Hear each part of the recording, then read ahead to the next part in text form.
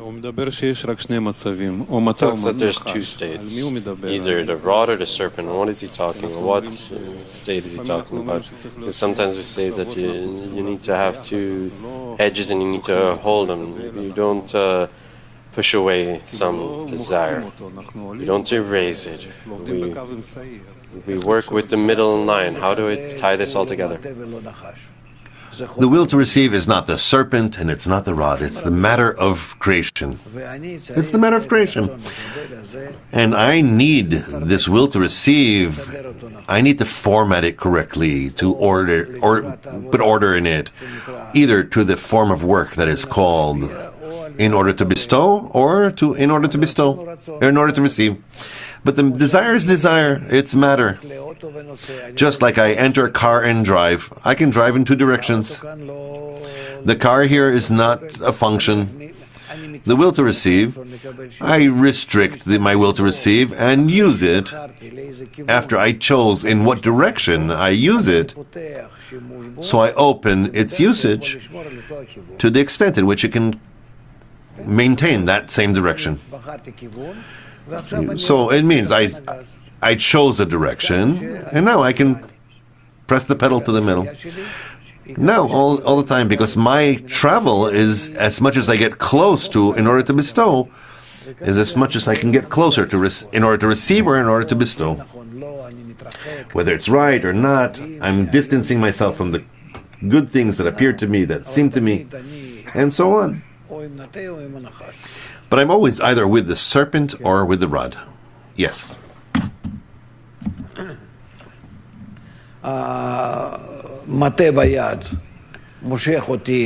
The rod in my hand draws me towards spiritual life, which appears to me for the time being maybe attractive according to their name, but not relative to their content. But in the content, spiritual life for me, for the current state, is death. It's either that I'm going with the serpent in the hand. If I go with the serpent in the hand, it seems to me now all the things that are before me, the whole world, the current world, everything is nice and good and anything you want. But as much as I go along the way, from my experience also, from the experience of all of reality and all of humanity, of all the generations, I see that this path is truly the path of the serpent. That he's cunning. He's lying to me. He's constantly pulling me forward. Do, profit, succeed, and so on. Work hard, buy more and more and more. But eventually I see that bottom line is I have nothing remaining for me. I'm just constantly in some longing towards some goal. But the goal is constantly something I'm running to. It's just getting more and more distant, even though I'm trying to attain it.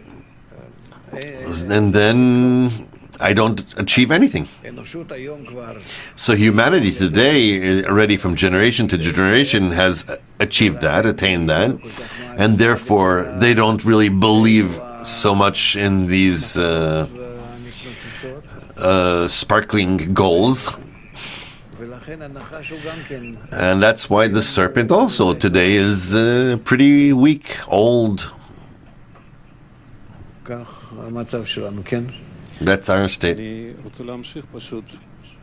like to continue. You can say the wisdom of wise people is like the rod. I know that I don't have the quality of faith yet, and I'll put it higher than what I feel myself, where between what I want and what I have. I didn't understand the question. I don't know what the faith in the sages is. If they say something and I can use what they said, well, the faith of the sages in my eyes for the time being is that the fact that I received accepted what they're saying, and I constantly kind of wanted to kind of brainwash myself that it's important to me what they're saying, and if they're great, and I have to hear, and all the time. It's like children who are getting a certain education. So I tried to put such an education into me, that what's written by the Kabbalists is the truth. That's it. I want to observe it. I don't want to observe it. I have to accept it as the highest thing. That's to our matter what the faith of the sages is. It can help us sometimes. Can we call it a rod? It depends how you use it, this knowledge. The rod is as I receive from the group the force to subdue my egoistic desire, to give importance to the spiritual goal. I diminish myself with force before the friends and grow the greatness of the Creator above everyone. All those things, the work in diminishing this and greatening that, is called going with the rod. Okay? Oh, yes? What does the serpent say? What does it say to a person? The serpent? The serpent says, enjoy your corporeal life and also enjoy your spiritual life. Because if you do all kinds of these and those actions, the Creator is preparing for you this world and the next. Everything. You don't need to change anything in life. You can merit this world and the next, and you don't need to change yourself, to invert your desire to some form that you don't have, and you won't be able to get to it. Who even gets to it? And what you're hearing is maybe there's some virtuous few, but it's not like you, and so on. The serpent gives a person a weakness. It explains to a person that it's worthwhile to continue living for the sake of your family, for your own benefit, for the benefit of your body. You don't need to kill yourself that way. And moreover, you don't have to change your inclinations, your nature. That you're thinking that it's for your benefit of yourself, so now you need to kind of dedicate yourself, sacrifice yourself for the sake of the world. Look, what will you get from it? No. On the contrary, if you continue this way, you're going to live in them and not die in them, and you'll also come to the next world, and you'll get what you deserve. And you're getting there 70 virgins, or you're going to get there someone who's going to receive you there, I don't know, in some life after death, or some other prizes that you'll get. Look at all the wise people are saying in our generation, and so on. That's all the serpent. Yes. So what do we do with it? What do we do with him? Only above reason. As I go according to the faith in the sages, as they, in my eyes, are the Kabbalists who talk about the change of the nature of man. As from, in order to receive, you have to come to, in order to bestow, to connection with love, by the influence of the upper light. That's the work that I constantly lower my will to receive in order to receive, my intention in order to receive downward, and my intention in order to bestow upward. That's considered that I'm going above the corporeal reason constantly.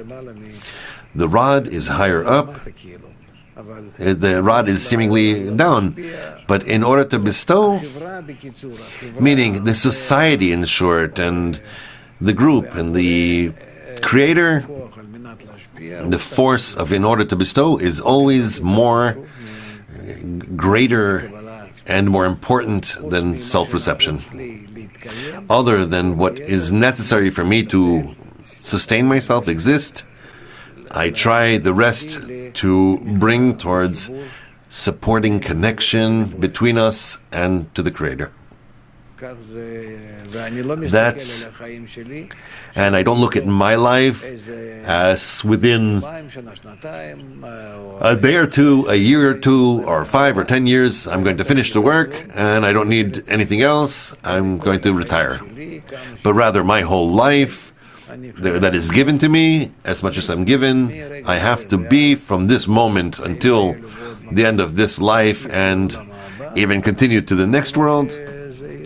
And the way it will be revealed to me, I continue only with the force of bestowal. Meaning endless work with the tendency towards connection and bestowal to the Creator. As in the end, the greatness of the Creator is the most important thing. This defines where I'm going. Either the serpent or the rod. But we're not talking about the will to receive egoistic, but its quality. Where its quality shines to me. Okay?